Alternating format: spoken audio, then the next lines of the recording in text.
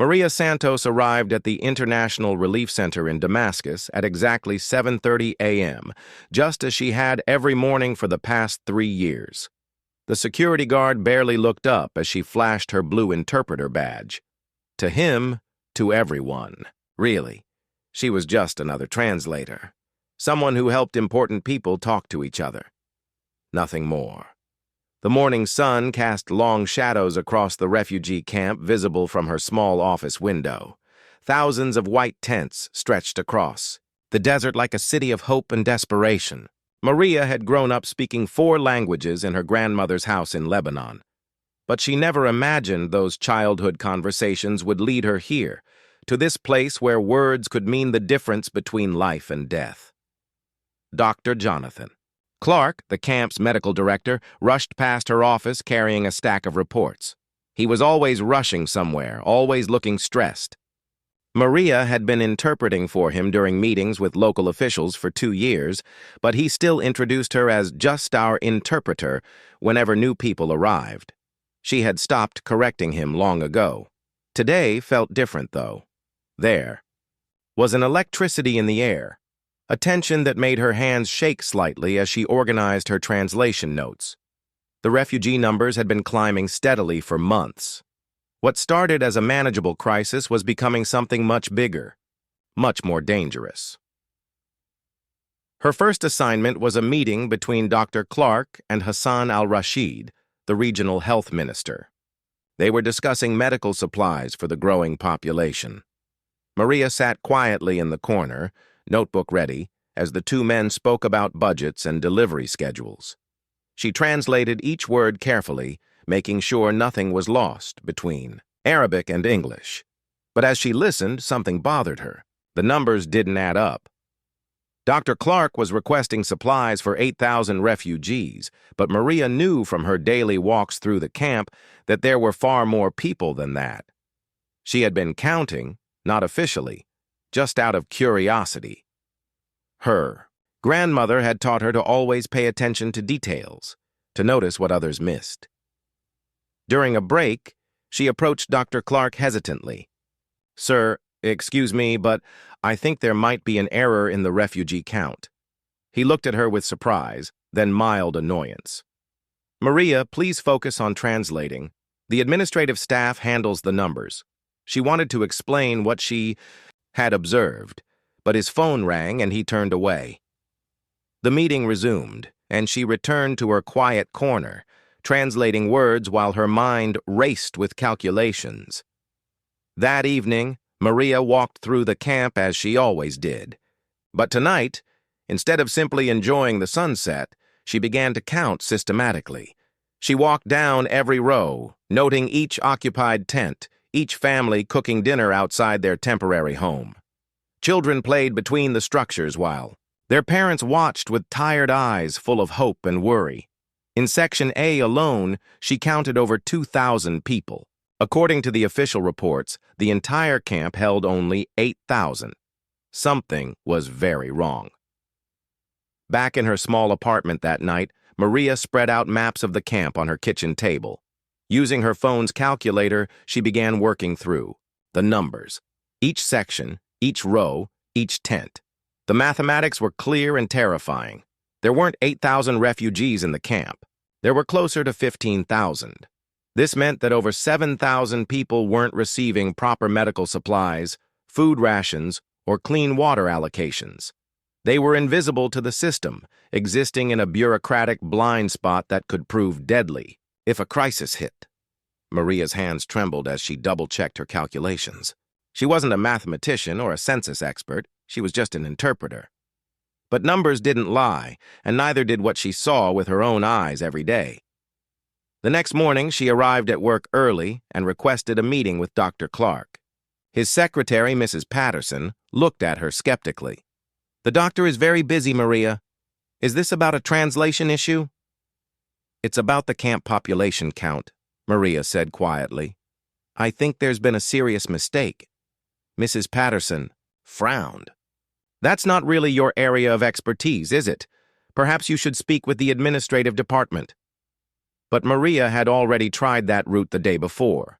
The administrative staff had politely dismissed her concerns, suggesting that an interpreter wouldn't understand the complex systems they used for population tracking.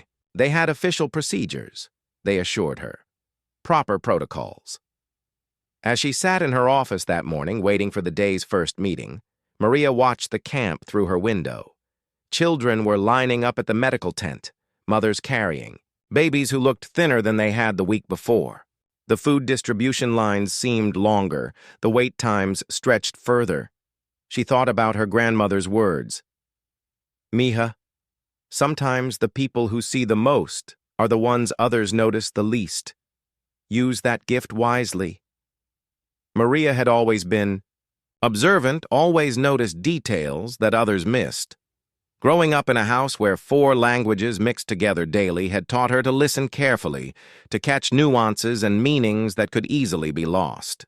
But she had never imagined that this skill, this way of seeing the world, would matter so much. Her computer chimed with an email about the day's schedule. 3 meetings, all focused on medical supply distributions and food allocations based on the official population count of 8,000. Maria stared at the screen, knowing that thousands of people would not receive what they needed because they didn't exist on paper. The weight of her discovery pressed down on her shoulders like a heavy blanket. She was just an interpreter, someone paid to translate words from one language to another. Nobody expected her to solve administrative problems or challenge official numbers. Her job was to be invisible, to facilitate communication between important people while remaining quietly in the background. But as she looked out at the camp, at the faces of families who had fled war and violence seeking safety, Maria realized that being invisible might be exactly what was needed now. She could see what others couldn't because they weren't looking at her. She could count what others missed because they assumed someone else was handling it. The question was, what could one interpreter do with dangerous knowledge that nobody wanted to hear? Maria spent the next week documenting everything she observed. Each morning before work and every evening after meetings, she walked different routes through the camp with a small notebook hidden in her jacket pocket. She developed a system, marking tiny dots on rough sketches of each section, counting families, noting children, elderly and disabled refugees who needed special medical attention. The more she documented, the more worried she became. Her unofficial count now showed nearly 16,000 people living in a space designed and supplied for 8,000. The discrepancy wasn't just administrative error anymore. It was a humanitarian crisis waiting to explode. During a meeting between Dr. Clark and the water management team, Maria listened as they discussed daily water allocation rates. Based on the official count, each person should receive 15 liters of clean water per day, the minimum standard for refugee camps. But if her count was correct, each person was actually receiving less than 8 liters, well below survival levels for the desert climate. The water situation is stable, reported James Mitchell, the water systems coordinator. We're meeting international standards based on current population numbers. Maria translated his words into Arabic for the local officials, but her mind was racing. She had seen the water lines, watched families filling containers that should last a full day but ran empty by noon. Children were drinking from questionable sources outside the official distribution points. After the meeting, she approached James directly. Mr. Mitchell, I walk through the camp every day, and I notice the water lines are very long, much longer than they should be for 8,000 people. He gave her the same patronizing smile she was used to receiving. Maria, I appreciate your observations, but we have precise measuring systems, electronic monitors that track every liter distributed. The numbers are accurate. But what if there are more people than your electronic systems account for? James looked confused, then slightly annoyed. The population count comes from the registration department. That's not something an interpreter would typically understand. Maria felt heat rise in her cheeks, but she pressed on. I've been learning about camp management procedures in my free time. I know that registration can miss people, especially families who arrive at night or during shift changes. I'm sure you mean well, James said, gathering his papers. But leave the technical analysis to the experts. Your job is translation, and you do it very well. Stick to what you know. That evening, Maria sat in her apartment staring at her growing collection of notes and sketches. She had documentation spanning 2 weeks now, all pointing to the same conclusion. The official count was dangerously wrong, and nobody wanted to listen to her concerns. She decided to try a different approach. Instead of challenging the experts directly, she would present her findings as questions, curiosities she had noticed during her daily routines. The next day brought a critical meeting between Dr. Clark and Sarah Chen, a representative from the World Health Organization who was evaluating the camp's disease prevention protocols. Maria saw this as her opportunity. During the meeting, Sarah discussed vaccination schedules and medical supply needs. Based on your reported population of 8,000, your vaccination coverage appears excellent, Sarah said. You've administered vaccines to 7,200 people, which gives you a 90% coverage rate. As Maria translated these words, she realized the true horror of what was happening. If her count was correct, the vaccination coverage was actually closer to 45%, leaving thousands of people vulnerable to preventable diseases that could spread rapidly in crowded conditions. During a break in the meeting, Maria approached Sarah privately. Ms. Chen, may I ask you something about vaccination coverage calculations? Sarah looked surprised but nodded. Of course, though I should mention that epidemiology can be quite complex. I understand, but I'm curious about something I've observed during my walks through the camp. Maria chose her words carefully. I've noticed that vaccination lines often have more people waiting than the daily targets suggest they should. Is it possible that population counts can sometimes be underestimated? Sarah's expression changed from polite dismissal to genuine interest. What exactly have you observed? Maria pulled out her notebook, showing Sarah her careful documentation. I've been tracking family sizes and tent occupancy rates during my daily walks. These numbers suggest the population might be significantly higher than official counts. Sarah studied the notes, her medical training helping her recognize the systematic approach Maria had taken. This is actually quite thorough. Have you shared this with Dr. Clark? I've tried, but everyone tells me to focus on translation work. Sarah frowned. Population count accuracy is crucial for disease prevention. Even small errors can create dangerous gaps in coverage. She paused, studying Maria's documentation more carefully. Would you be willing to walk through the camp with me tomorrow morning? I'd like to see what you've observed. For the first time in weeks, Maria felt a spark of hope. Finally, someone was taking her seriously. The next morning, Sarah met Maria at the camp entrance before dawn. They walked systematically through each section, Sarah carrying an official camp map while Maria shared her observations and informal counts.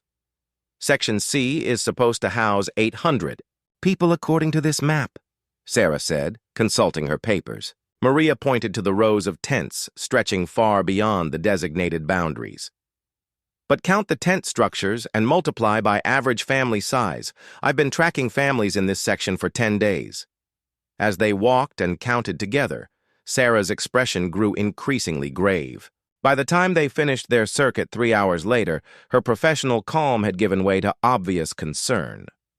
Maria, if your observations are accurate, this camp is operating at double capacity without proper resource allocation. Sarah's voice was tight with worry. This creates conditions for potential epidemic outbreaks, malnutrition crises, and infrastructure collapse. I know I'm just an interpreter, Maria said quietly, but I see these people every day. I watch children getting thinner, families sharing water rations, elderly people waiting hours for medical attention that may not come because supplies are calculated for half the actual population. Sarah stopped walking and turned to face Maria directly. You're not just anything. You've identified a critical discrepancy that could affect thousands of lives. This needs to be reported immediately to WHO headquarters and camp management." But even as Sarah spoke with authority and conviction, Maria wondered if anyone would listen. She had watched important people dismiss inconvenient truths before, especially when those truths came from someone they considered unimportant, as they walked back toward the administrative buildings. Maria felt the weight of responsibility settling on her shoulders like a heavy cloak. She had stumbled upon information that could save lives, but she was still just an interpreter in a world where her voice carried little official weight. The question now wasn't just what she knew, but whether she could find a way to make the right people listen before her worst fears became reality. Sarah Chen wasted no time.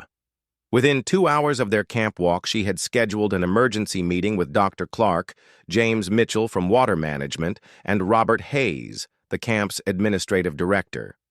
Maria was asked to attend as a translator, though she suspected Sarah had additional reasons for including her. The meeting took place in the main conference room, a space Maria had translated in dozens of times, but never as someone whose observations were the focal point of discussion. She sat in her usual corner, notebook ready, but this time her hands weren't shaking from nervousness, but from anticipation. "Gentlemen," Sarah began, her voice carrying the authority of the World Health Organization, "I've conducted an informal population assessment this morning that suggests our official refugee count may be significantly underestimated." Dr. Clark looked confused. "Our registration department uses standardized procedures. We have digital tracking systems." "Digital systems only work if people are properly registered," Sarah replied. She pulled out Maria's notebook, which she had photocopied. "These observations suggest we may have missed thousands of people during registration processes." Robert Hayes leaned forward, studying the copied pages. "Excuse me, but where did this data come from?" Sarah gestured toward Maria. "Your interpreter has been conducting systematic observations during her daily routines. Her documentation suggests the actual population could be nearly double your official count." The room fell silent. Maria felt 3 pairs of eyes turned toward her, and she recognized the expression on their faces. It was the same look she received whenever she tried to contribute something beyond basic translation, a mixture of surprise and skepticism that someone like her would have valuable information. "With all due respect," Robert said carefully, "population counting requires specialized training and official protocols. An interpreter wouldn't have access to proper methodologies." Maria's grandmother had taught her to speak respectfully but firmly when challenged. "Sir, I studied mathematics and social sciences before becoming an interpreter. I understand statistical sampling and systematic counting methods." Dr. Clark frowned.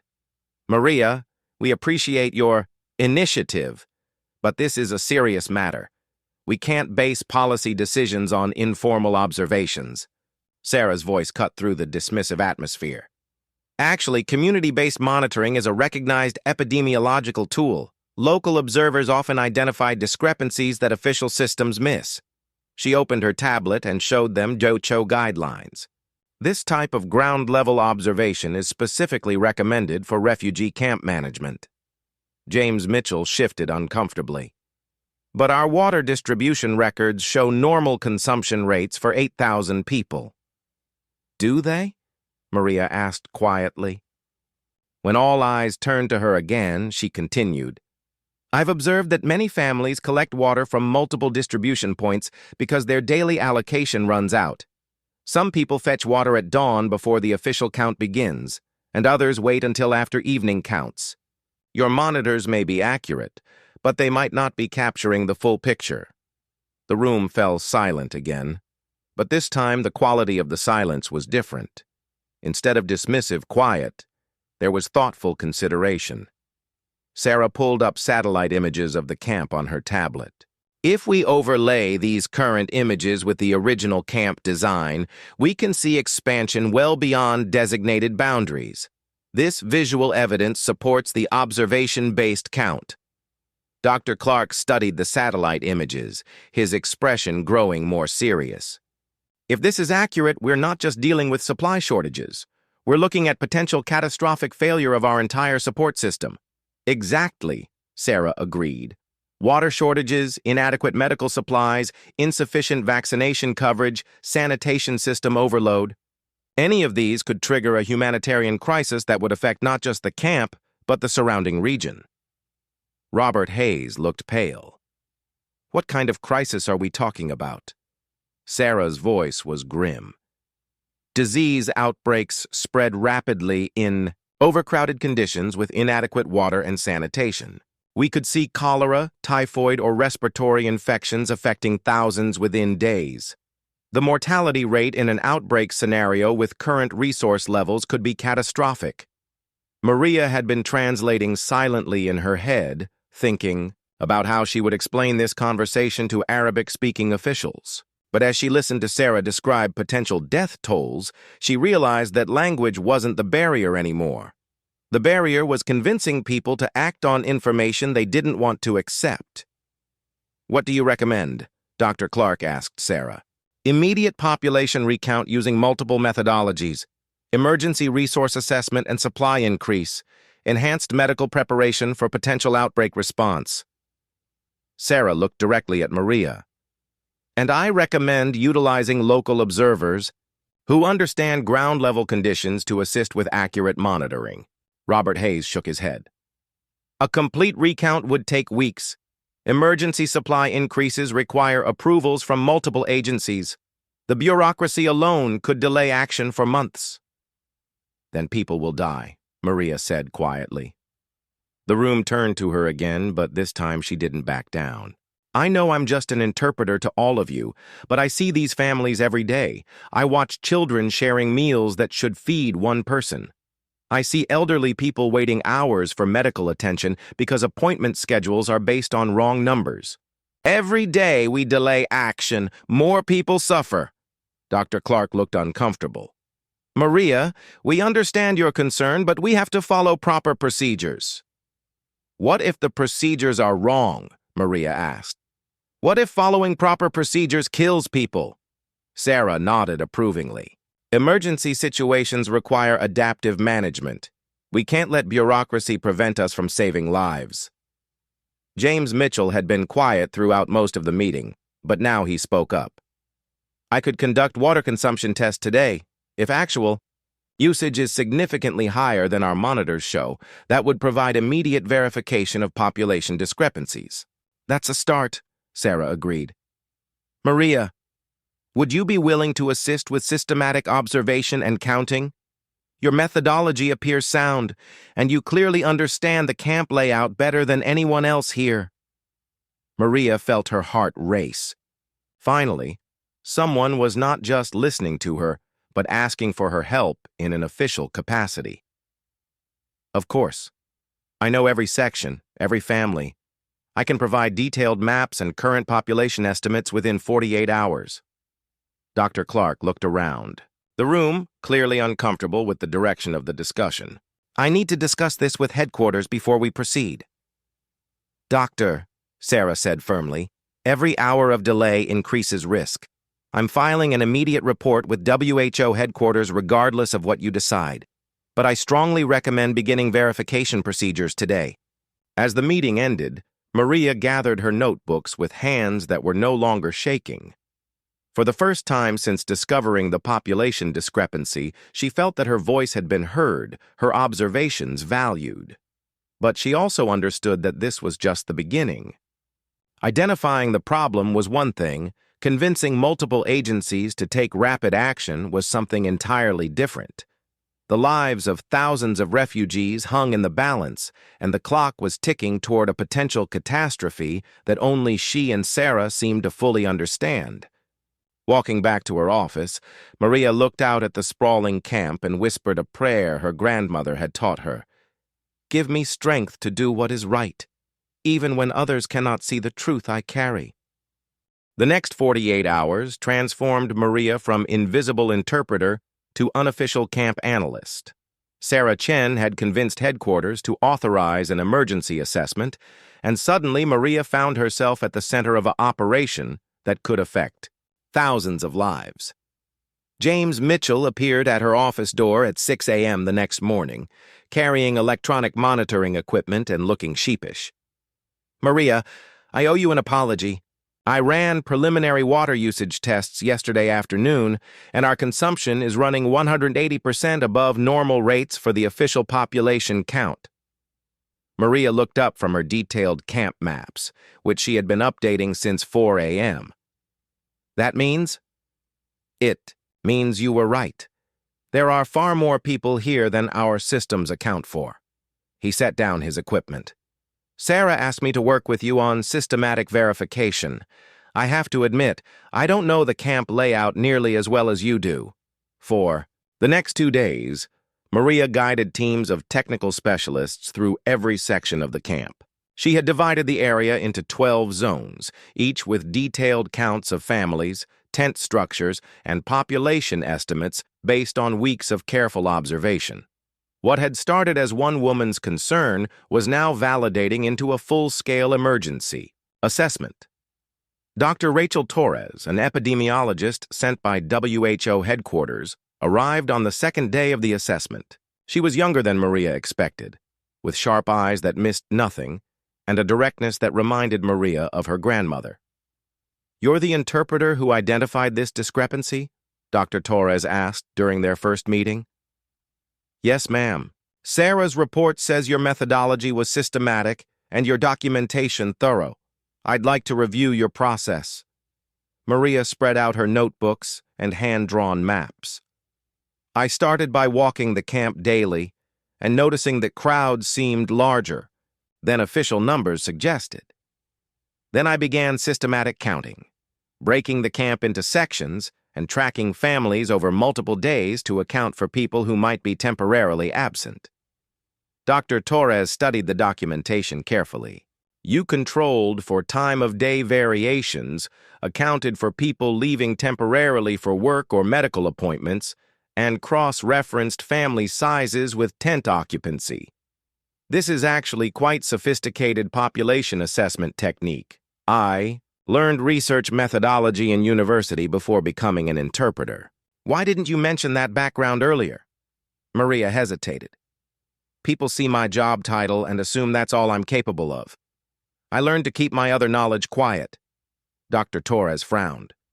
"That's unfortunate, because this work could have identified critical problems much sooner if people had been willing to listen." By the third day, the results were undeniable.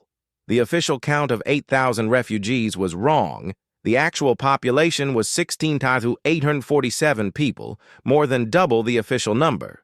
Over 8,000 human beings had been invisible to the system existing without proper access to food, water, medical care, or sanitation facilities.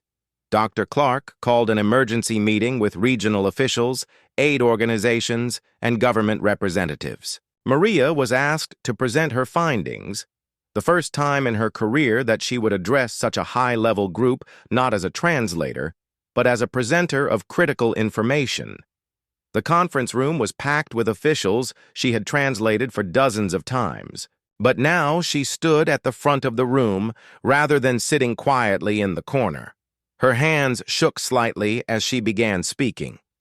"Ladies and gentlemen, systematic observation over the past month has revealed a severe undercount in refugee population. The actual number of people in this camp is 16,847, compared to the official count of 8,000. Minister Hassan al-Rashid, whom she had translated for many times, looked shocked. How is such a discrepancy possible? Maria had prepared for this question. Registration gaps occur primarily during night arrivals, shift changes, and processing delays. Many families arrived during periods when registration stations were overwhelmed or understaffed. They were given temporary shelter assignments, but never completed the full registration process. Dr. Torres added supporting information.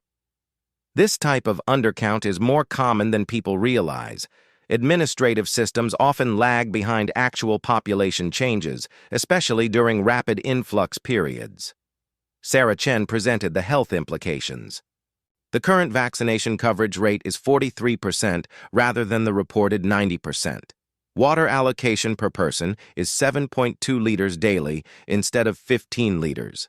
Medical supply availability covers only 47% of actual population needs. The room buzzed with concerned conversations in multiple languages. Maria found herself translating spontaneously as officials struggled to communicate the gravity of the situation across language barriers. Robert Hayes, who had initially dismissed her observations, now looked pale. "What are the immediate risks?" Dr. Torres's response was sobering. "In current conditions, we're facing potential cholera outbreak within 2-3 weeks. Malnutrition rates will climb rapidly. Infrastructure failure is almost certain during next seasonal rains. Without immediate intervention, we could see mortality rates spike dramatically." Minister Al-Rashid turned to Maria. "You discovered this situation. What do you recommend?" The room fell silent. Everyone was looking at her, waiting for her analysis. Maria thought of her grandmother's words about responsibility coming with knowledge. Immediate emergency supply increase to match actual population, accelerated vaccination program, enhanced water and sanitation capacity, but most importantly, systematic verification of population counts at all regional camps because this problem might not be unique to this location. The last point caused a stir. Maria had realized during her analysis that if registration systems had failed here, they could have failed elsewhere as well. Thousands more invisible refugees might exist in camps across the region. Dr. Elena Vasquez from the European Relief Consortium spoke up. "Are you suggesting this is a systemic problem across multiple sites?" "Registration procedures are standardized across the region," Maria replied. "If the system failed here, it likely failed elsewhere under similar conditions." The implications hit the room like a physical force. If Maria was correct, the humanitarian crisis was potentially much larger than anyone had realized. Minister Al-Rashid stood up. "This requires immediate regional assessment and emergency resource mobilization." "Dr. Torres, what timeline are we looking at for emergency intervention?" "Supply increases and medical interventions must begin within 72 hours to prevent crisis escalation. Population verification at other sites should start immediately." As the meeting continued with urgent planning discussions, Maria felt the weight of what she had uncovered. Her simple observation about crowded water lines had revealed a humanitarian crisis affecting nearly 17,000 people, with potential implications for thousands more across the region. But she also felt something else: validation. For the first time in her career, her voice was not just heard but sought out. Her analysis was directing policy decisions and emergency responses. The interpreter, who had been labeled just a translator, was now helping coordinate an international relief operation. As officials discussed emergency funding, supply chains, and deployment timelines, Maria looked out the conference room window at the camp. Somewhere in those rows of tents were thousands of families who would soon receive the help they desperately needed. Help that wouldn't have come if one interpreter hadn't decided to count what others had missed. The real work, however, was just beginning. The emergency response that followed Maria's discovery transformed not just the camp, but the entire regional approach to refugee management. Within 72 hours, supply trucks were arriving with double allocations of food, water, and medical supplies. Vaccination teams expanded their operations, working around the clock to close the dangerous gap in disease prevention. But the most dramatic change was in how people saw Maria herself.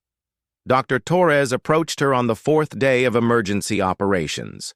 "Maria, I've been authorized to offer you a position with WHO as a field assessment specialist. Your methodology for community-based population monitoring could be implemented across refugee operations worldwide." Maria stared at the official letter Dr. Torres handed her.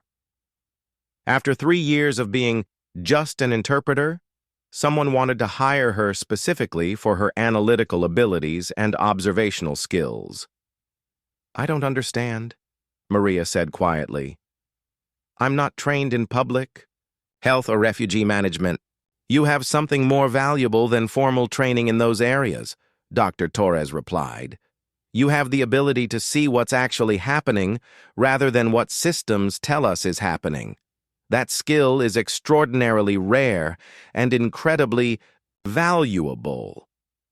The offer was tempting, but Maria had concerns beyond career advancement. As she walked through the camp that evening, she watched families receiving adequate food rations for the first time in months. Children who had looked increasingly thin were now playing with renewed energy. The water lines that had stretched for hours were moving efficiently with increased supply allocations. But she also noticed something troubling. In the rush to address the immediate crisis, some of the systemic problems that had caused the undercount were being overlooked. New arrivals were still struggling with registration processes. The administrative systems that had failed initially were being supplemented but not fundamentally reformed. At the next coordination meeting, Maria raised this concern. The emergency response is working, but we're not fixing the underlying registration problems. New families are still falling through the gaps. Regional Coordinator David Park looked surprised. Our registration systems are functioning normally, now with increased staffing. But the systems themselves haven't changed, Maria pointed out. They still rely on people successfully completing multiple steps during what is often the most traumatic period of their lives. We're treating symptoms, not causes. Sarah Chen, who had become Maria's strongest advocate, nodded approvingly. What would you recommend? Maria had been thinking about this question for days. Simplified registration with follow-up verification. Mobile registration teams that go to families instead of requiring families to navigate bureaucracy while in crisis. Community liaisons who speak multiple languages and understand cultural barriers that prevent successful registration. Minister Al-Rashid leaned forward. These recommendations would require significant procedural changes across the entire regional system. Yes, sir, but the alternative is repeating this crisis at other locations. Maria pulled out new documentation. She had been preparing. I've been corresponding with interpreters and local staff at 6 other camps in the region. Preliminary observations suggest population undercounts ranging from 15% to 40% across multiple sites. The room erupted in concerned conversations. If Maria's preliminary assessment was correct, tens of thousands of additional refugees existed, without proper support across the regional network. Dr. Vasquez from the European Relief Consortium looked grim. How long have these undercounts potentially existed? Based on registration system implementation dates and my communications with field staff, possibly 18 months or longer at some locations. The implications were staggering. 18 months of inadequate food, water, medical care, and sanitation for potentially thousands of people across multiple camps. The humanitarian crisis Maria had identified was not an isolated incident, but a systematic failure with regional implications. Over the following weeks, Maria found herself at the center of the largest refugee population recount in the region's history. Teams were deployed to 12 camps using methodology based on her systematic observation techniques. The results confirmed her worst fears. The total undercount across the region was 23,847 people. Nearly 24,000 human beings had been invisible to the official systems, existing in a bureaucratic shadow world without proper access to life-saving resources. But the discovery also brought remarkable solutions. Emergency funding was approved for comprehensive system reforms. Maria's community-based monitoring approach was implemented as standard procedure. Simplified registration processes were rolled out across all camps. Most importantly, local staff members who spoke multiple languages and understood community dynamics were promoted to key assessment roles. The personal transformation for Maria was equally dramatic. The WHO position offer was just the beginning. She received job opportunities from the United Nations, Doctors Without Borders, and major humanitarian organizations worldwide. For someone who had been dismissed as just an interpreter, the sudden recognition was overwhelming. But the offer that meant the most came from an unexpected source. Dr. Clark, who had initially dismissed her concerns, requested a private meeting. Maria expected an apology, but what she received was something much more significant. "Maria, I've been asked by the International Relief Committee to recommend someone to head a new community assessment program. The position would involve training field staff worldwide in community-based monitoring techniques." He paused, looking genuinely humble. "You would be developing and implementing the procedures that could prevent this type of crisis from happening again anywhere in the world." Maria felt her heart racing. "You're offering me a position to train other people in systematic observation?" "More than that. You would be creating new international standards for refugee population monitoring. Your methodology would become the model for humanitarian operations globally." That evening, Maria called her grandmother in Lebanon to share the news about the job offers and recognition she was receiving. "Mija," her grandmother said with pride in her voice, "I always knew your gift for seeing would matter someday. But, tell me, what matters most to you now?" Maria looked out her apartment window at the camp, where families were cooking dinner with adequate supplies for the first time in months. Children were playing games instead of waiting in endless lines for insufficient resources. The community that had been struggling for survival was beginning to thrive. "What matters most is making sure this never happens again, Abuela. Making sure that people like these families are never invisible to systems that are supposed to help them." "Then you know what choice to make." Maria did know. The recognition and career opportunities were gratifying, but what truly mattered was ensuring that her discovery led to lasting change that would protect vulnerable people worldwide. The next morning, she accepted the position with the International Relief Committee, with one condition. She wanted to maintain her base at the camp where everything started, so she could continue working directly with the community that had taught her to see beyond official numbers to human reality. As she walked through the camp that had become her second home, Maria reflected on the journey from invisible interpreter to international humanitarian specialist. But the title that mattered most to her was still the simplest one. A person who counted the uncounted, who gave voice to the voiceless, who made sure that no one remained invisible when lives were at stake. 2 years later, Maria stood before the United Nations General Assembly, addressing delegates from 193 countries about community-based monitoring in humanitarian operations. The woman who had once been dismissed as just an interpreter was now presenting the Santos Protocol, named in her honor, which had become the international standard for refugee population assessment. But as she spoke to the assembly about systematic observation techniques and community engagement strategies, her mind drifted to a letter she had received that morning from Amira, a young Syrian refugee who had been among the uncounted thousands in the Damascus camp. Amira had written to tell Maria that she was now studying medicine at university, a dream that would have been impossible if she had remained invisible to the support systems that eventually provided educational assistance. The letter included a photo of Amira in her medical school lab coat, smiling confidently at the camera. "The Santos Protocol has now been implemented in 47 countries," Maria told the UN Assembly. "It has identified over 180,000 previously uncounted refugees and displaced persons worldwide. But beyond the numbers, this represents families who now receive adequate food, children who are vaccinated against preventable diseases, and individuals who have hope for their futures." After her presentation, Maria was surrounded by delegates, aid organization representatives, and journalists wanting to discuss implementation strategies and success stories. The attention was gratifying, but she found herself thinking about the small moments that had led to this global recognition. She remembered the morning she first decided to count the families in her camp, driven by nothing more than a grandmother's teaching to pay attention to details others missed. She thought about Dr. Torres, who had been the first expert to take her observations seriously. She recalled Sarah Chen's courage in challenging established systems when evidence demanded change. Most of all, She remembered the faces of the families, who had suffered in silence, existing in bureaucratic shadows until one person decided to make them visible.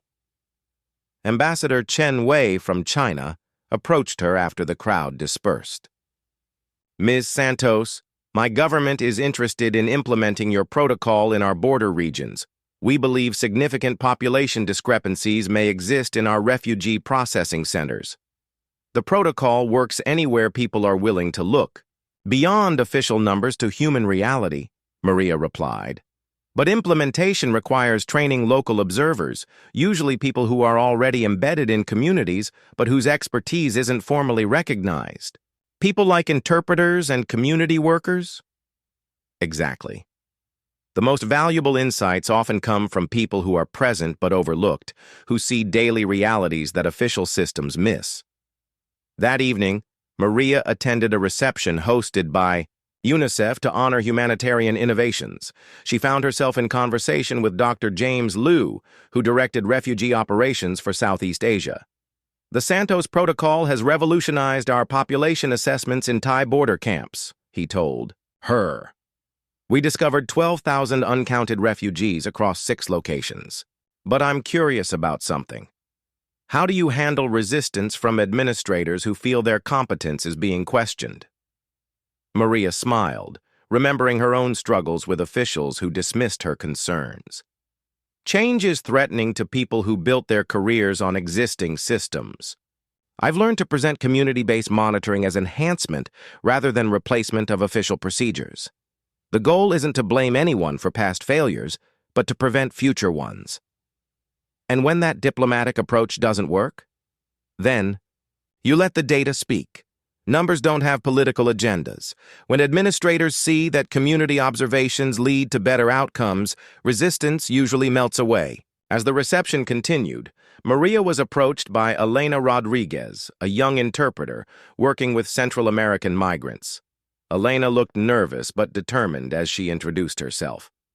"Ms. Santos, I've been following your work. I think there might be significant undercounting in the processing centers where I work, but no one listens when I try to raise concerns." Maria felt a familiar recognition, seeing her younger self in Elena's frustration and determination. "Tell me what you've observed." Elena pulled out a small notebook, remarkably similar to the one Maria had used years ago. "Families arriving at night aren't processed until morning, but some leave before registration opens.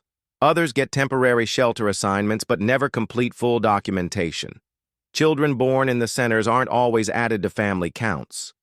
Have you tried systematic documentation? I started last month mapping sleeping areas and tracking family sizes. The numbers don't match official counts, but administrators say I should focus on translation work." Maria took Elena's contact information and spent the next hour sharing strategies for building credibility, finding allies, and presenting observations in ways that officials couldn't dismiss. She also connected Elena with other community-based monitors who could provide support and guidance. "The most important thing to remember," Maria told Elena, "is that your voice matters. The people you're trying to help are counting on someone to see them, even when systems fail to count them." Later that night, in her hotel room overlooking the East River, Maria reflected on how far she had traveled from that small office overlooking a refugee camp in Damascus. The Santos Protocol was now being taught in universities, implemented by governments, and saving lives across 6 continents. But the work that gave her the most satisfaction wasn't the international recognition or the policy changes. It was the individual connections, like her conversation with Elena, where she could help someone else find their voice and trust their observations. Her phone buzzed with a text message from Dr. Torres, who was now Director of Emergency Response for WHO. "Saw your UN presentation online.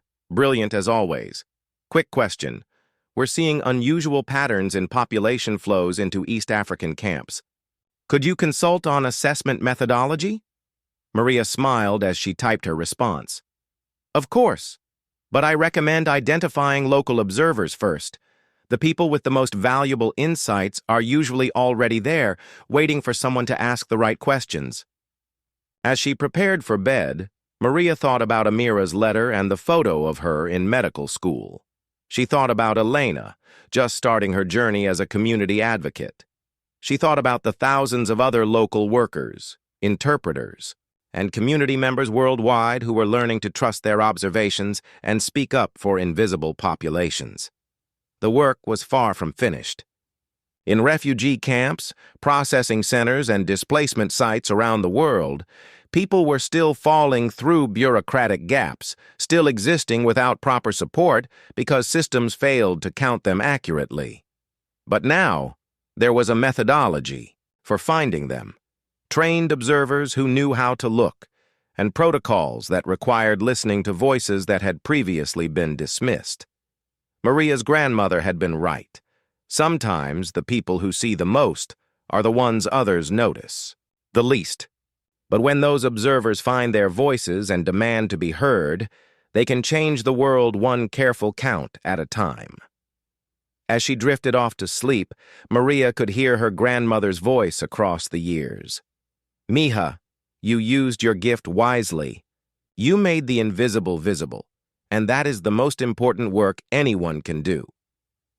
Outside her window, the lights of New York City stretched toward the horizon, each light representing someone's story, someone's life that mattered whether or not official systems knew they existed, and somewhere in those lights were other observers like Elena, other interpreters and community workers who were learning to count the uncounted and speak for the voiceless.